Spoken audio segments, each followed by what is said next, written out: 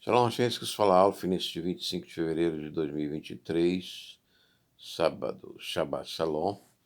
Nós estamos gravando as aulas do curso básico de teologia do Dr. Charles Erie. Esta é a lição 64, tópico 64, parte 2, sobre o que é a igreja. É um tema muito importante, preste bem atenção, porque nós hoje, com a quantidade de igrejas, com a quantidade de denominações, nós ficamos muito confusos, mas a Bíblia é muito clara sobre o que é a igreja. Na primeira parte, nós vimos o significado da palavra igreja, que significa uma assembleia daqueles que confessam o nosso Senhor Jesus Cristo e aqueles que oficializam os ritos e o ensino apostólico messiânico. E nesse sentido, a igreja é o corpo de Cristo. E falamos que Israel não veio nesse sentido. Israel veio como nação sacerdotal, nação ministerial, não? E como descendência de Abraão. Fisicamente, nem todos de Israel era igreja. Nem todos de Israel eram membros de Cristo. Então aqui nós precisamos ver que o ministério de Nosso Senhor Jesus Cristo na igreja é algo profundo e maravilhoso. É uma relação pessoal de cada um dos membros com o seu Santo Espírito e que habita em cada um dos membros, que participam dos sacramentos, que professam a sua fé e as suas responsabilidades de ensino e assistência, oficialmente ou institucionalmente ou em casas.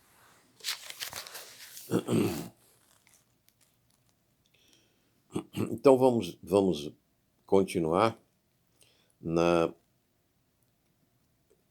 terceira parte e quarta parte desse estudo. O que é a igreja? Eclesiologia da dogmática cristã. É apenas um nome que significa uma das partes da dogmática, ou seja, do ensino, dos dogmas cristãos. O conceito de igreja no Novo Testamento.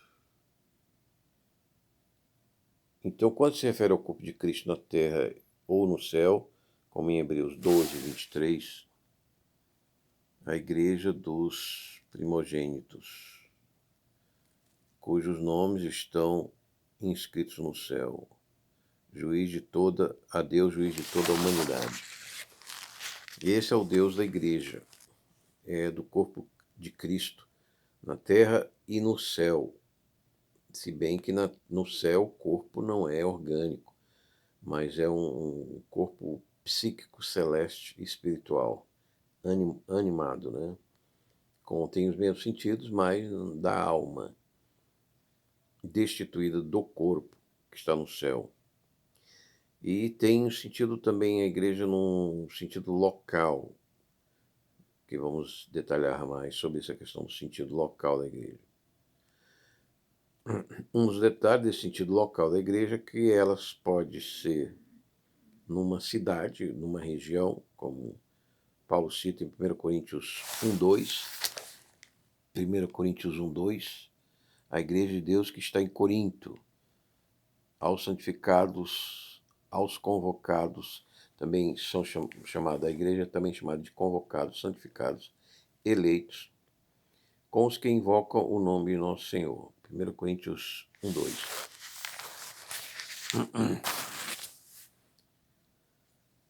Houve em algum caso em que Paulo encontrou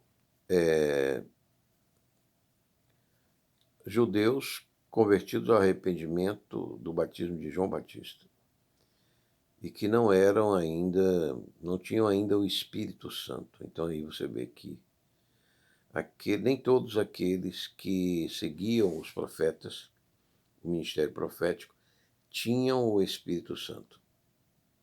Mas na igreja é caracterizada, nesse caso foi na igreja de Éfeso que Paulo encontrou esses judeus, eram 12 discípulos do apóstolo João, do profeta João. E eles não tinham o Espírito Santo, e eles receberam o Espírito Santo quando creram no batismo do nosso Senhor Jesus Cristo.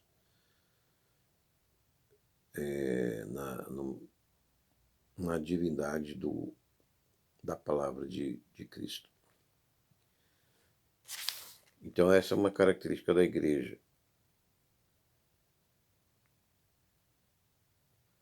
Então tinha igreja também em Tessalônica, em outras regiões. Mas também o sentido que a igreja é definida é como uma região, hoje como nós conhecemos como um estado, ou uma província na época romana, né? Como está em Atos 9:31. Assim, a igreja passava por um tempo de paz e o Senhor edificava com temor, vinda do poder do Espírito, da fonte do Espírito Santo, a igreja crescia dia a dia em número. Atos 9:31 está se referindo, então, à igreja na Samaria, Galiléia e Judéia. Então tem a igreja local, tem também o sentido de regional, de estado, de província, conforme a época da organização política, império ou repúblicas. Então, esses dois sentidos, de região e de cidade. E também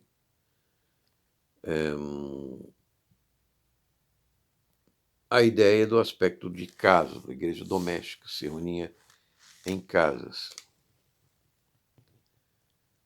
Então, assim, a igreja universal e local, é preciso dizer, existe essa duplo sentido da igreja. Uma igreja do céu e da terra, universal, uma igreja visível local, em várias áreas, cidades, regiões e mesmo residências.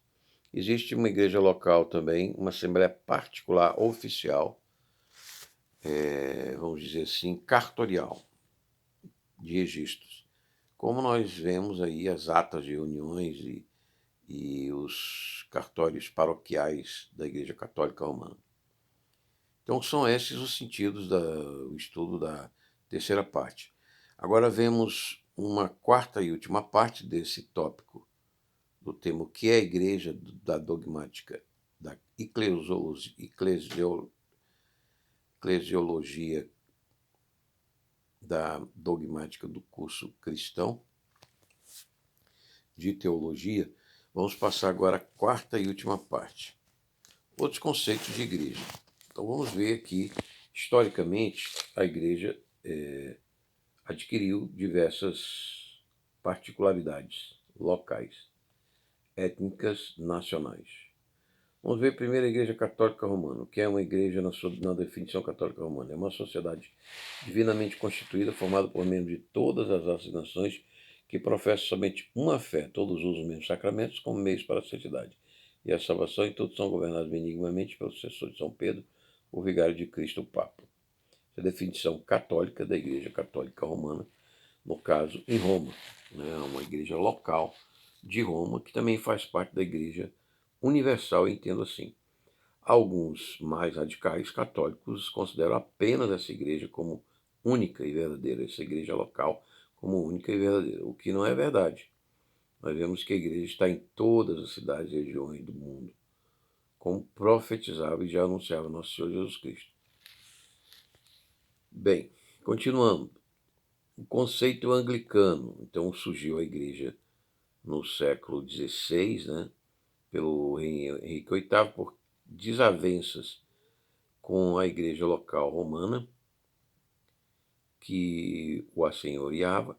Ele fundou essa igreja anglicana. A Igreja Invisível de Cristo é uma congregação de fiéis na qual é pregada a pura palavra de Deus e são devidamente ministrados os sacramentos conforme a instituição de Cristo. É a definição anglicana, do credo anglicano, na sua teologia sistemática de Wayne Grudem. Então, aqui ela define a igreja local, né? A igreja local, visível. A católica tem uma definição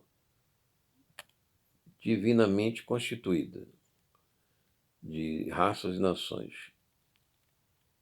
Não aborda o aspecto local e universal, nem celestial e terreno.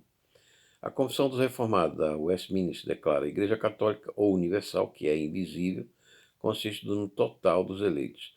A Igreja Visível, que também é católica ou universal, sob o Evangelho, consiste de todos aqueles que pelo mundo inteiro professam a verdadeira religião, juntamente com seus filhos. Então, essa definição do Westminster,